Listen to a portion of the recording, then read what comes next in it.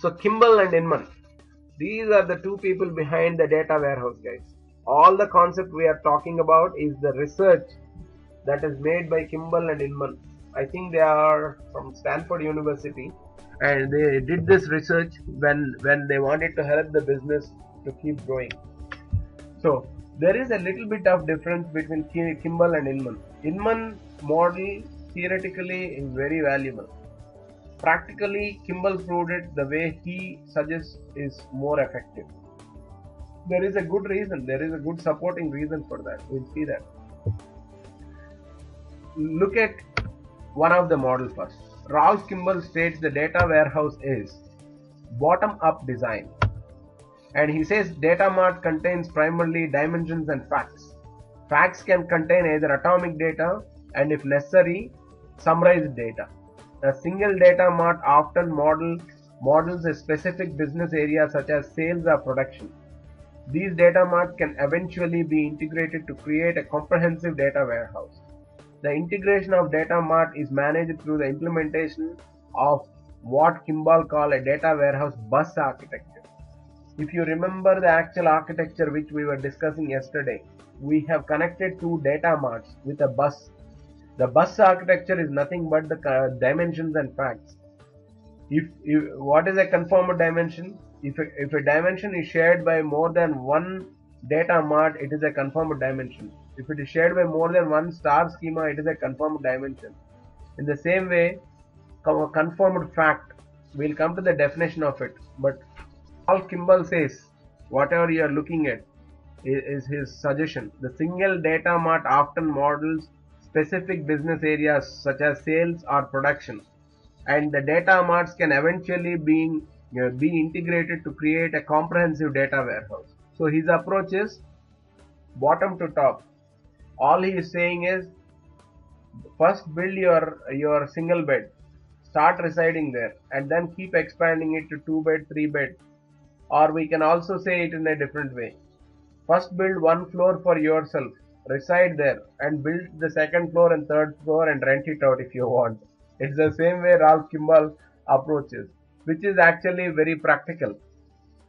Because why I say it is very practical is business will want some return on their investments really faster, right? So you will say, you go to an engineer. If you lay out a plan for a five multi-storied building, which makes you happier? If he is able to deliver the first floor in 2009, second floor in 2009 ending, third floor in 2010 starting, you wanted to start living from 2000 starting in the first floor, though there is a little bit of disturbance and work going on. The reason is you will save some money, right? You will surely enjoy living in your own home than in a rented home. So it will save you everything. So you will be at the spot. You know what better you can do on the second floor when you start living in the first floor. That is the Ralph Kimball's approach. Let us proceed forward. A data warehouse bus architecture is primarily as implementation of the bus, a collection of confirmed dimensions and confirmed facts, which are dimensions that are shared in a specific way between facts into or more than data more data marts. That's the same single sentence which I told. If you are talking about a confirmed fact or a dimension, it is nothing but if it is being used, if a dimension is being used by more than one data mart, it is a confirmed dimension. Same as fact tables even. Fact tables, it is even like if a fact table is shared by more than one dimension, then it is a confirmed fact table. So Bill Inman states the data warehouse in his version. Actually, to say Bill Inman's model is the base for the Ralph Kimball's model. Ralph Kimball doesn't come up directly and say the bottom up design. He actually researched based on Bill Inman, and then he finalized the practical approach is the bottom up design. But theoretically, Bill Inman gives you a very good picture now. He talks about data warehouse in a top-down design. A data warehouse for him is subject-oriented, which means the data in data warehouse is organized so that all the elements relating to the same real world event or object are linked together. So he says it is subject oriented. Still he is talking about a small data mart. It should be non-volatile. Data in the data warehouse are never overwritten or deleted. Once committed, the data are static, read-only, and retained for the future reporting, which means there are no deletions, period. No deletions in a data warehouse. You can update, you can insert, but you cannot delete. Integrated. A data warehouse is integrated. The data warehouse contains data from most of all of an organization operational systems, and these data are made consistent.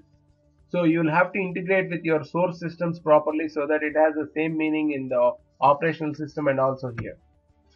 Time variant.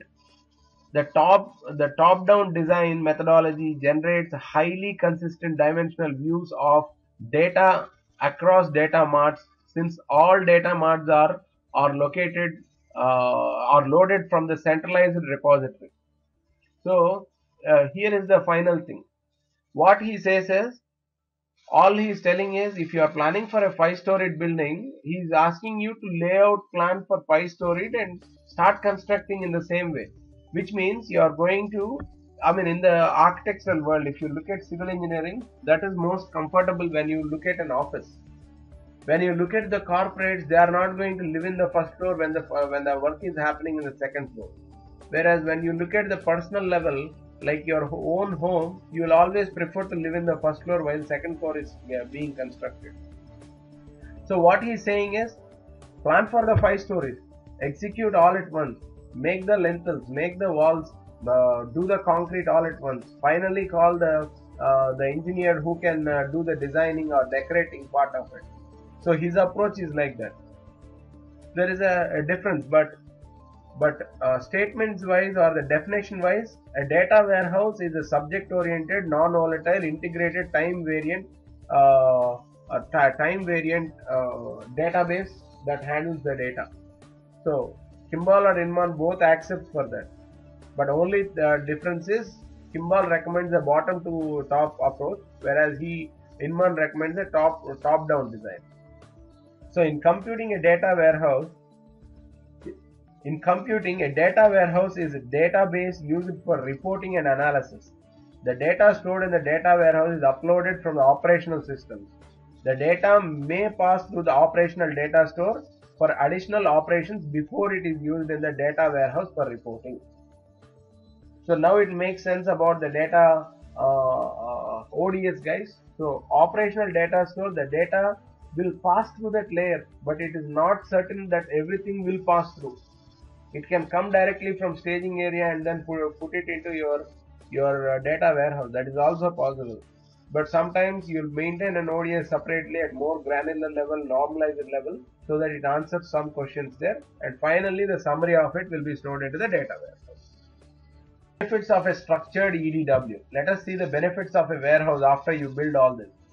A data warehouse maintains a copy of information from source transaction system. The architectural complexity provides the opportunity to maintain data history even if the source transaction systems do not. So the source transaction system does not maintain the history. So the history where it is maintained in the data warehouse. So integrate data from multiple source systems, enabling a central view across the enterprise. The benefit is always valuable, but particularly so when the organization has grown by merger. So the benefit is valuable, but what he says is, in case of a merger, it is more valuable, because when you merge, you have two different databases and you have the same customer in both the database. So you are sending a promotion, you are sending it twice to the same customer. So your business will be in loss. So instead, if you consolidate and put it into your data warehouse and built a conformer dimension called customer, it is easy, benefitable for the business. Improve data by providing consistent codes and description, flagging or even fixing bad data. So in the transactional system, your time is very less. You have 1 minute to do a transaction and you would have made a typo error, typed an address wrongly, or misspelled a customer's name. You can fix all this while going into the data warehouse. Present the organization information consistently. So this is what we were talking so far. You will have to be very consistent in submitting your data. Provide a single common data model that all data of interest for all data of interest regardless of data source. So if you look at the source, if you have 3 operational systems, the same query won't perform on the 3 systems even though you have the same table. Syntax wise it is different when you try to query an MySQL database, and it is different from writing a query on the Teradata environment, and it is different in Oracle. Every database has its own keywords, own syntaxes and own functions and properties. Whereas a data warehouse is one place where you can do everything. You can write a query, it is meant the same thing in the database everywhere. Restructure the data so that it makes sense to the business users. That's what we spoke about all yesterday and today. Restructure the data so that it delivers excellent query performance even for complex analytical queries without impacting the operational system. That is the actual purpose of the data warehouse. It will not disturb the source systems. All the queries will be run only on the data warehouse so that the data is being used by the business users to make a decision. So all we are talking about is in the terms of money, more money. You get more money there. So add value to your operational business application, notably CRM systems. So an operational business application, a cloud computing application, you can add more value to it. For your customer, you are adding more value, which is the CRM systems. So that ends the story of benefits of structured data warehouse. Let us see questions, guys. Your time. We are going to talk about retail sales data mart in a bit.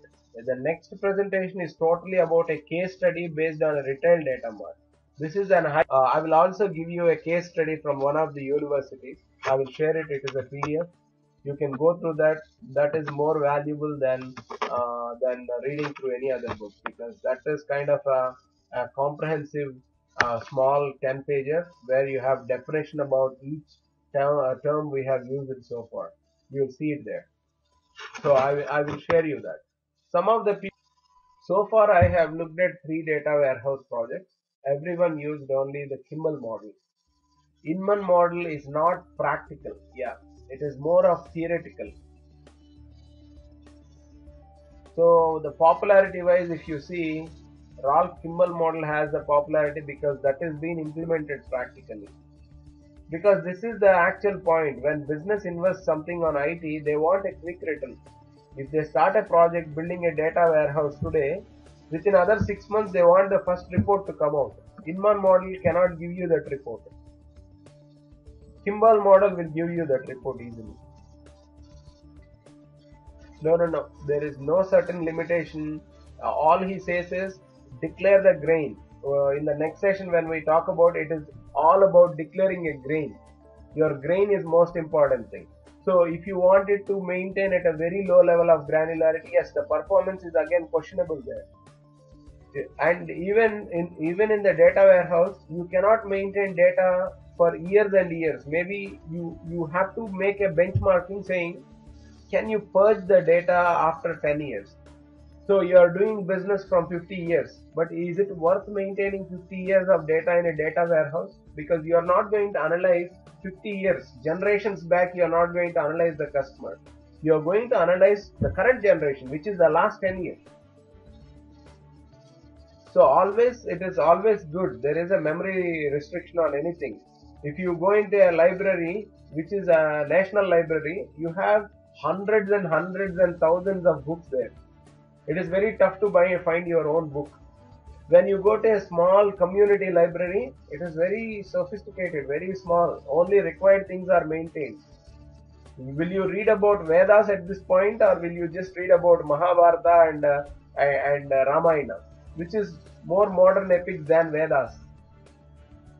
Do one thing, guys. First thing is, do not go and buy books. First thing is, go to a website.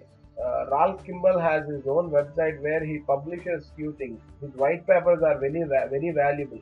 I learn all these things studying through his white papers and updates he posts on his website. All you'll have to do is a free registration and you'll be accessible for certain posts. But if you want his own book, you'll have to buy on Amazon, maybe $30 to $40 or $50.